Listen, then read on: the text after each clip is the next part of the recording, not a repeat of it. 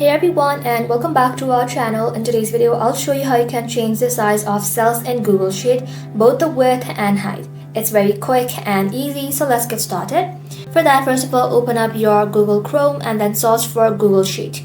Once you've searched for it, you'll land in this kind of interface. So inside here, to change the width of the column, go to top row where the column letters are shown like A, B, and C. Hover over your mouse between any two column letter, and then when your cursor changes to a left-right arrow, you want to go ahead and simply click, hold, and drag left or right to adjust the width. And that's it. You have changed the width of the column.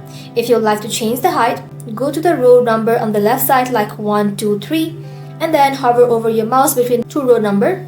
And when your cursor is changed to up-down arrow, click, hold, and drag up or down to resize the row. And that's how you can quickly change the height and the width of cells in Google Sheet. Thank you all for watching. If this video was helpful, don't forget to like and sub, and I'll see you in the next one.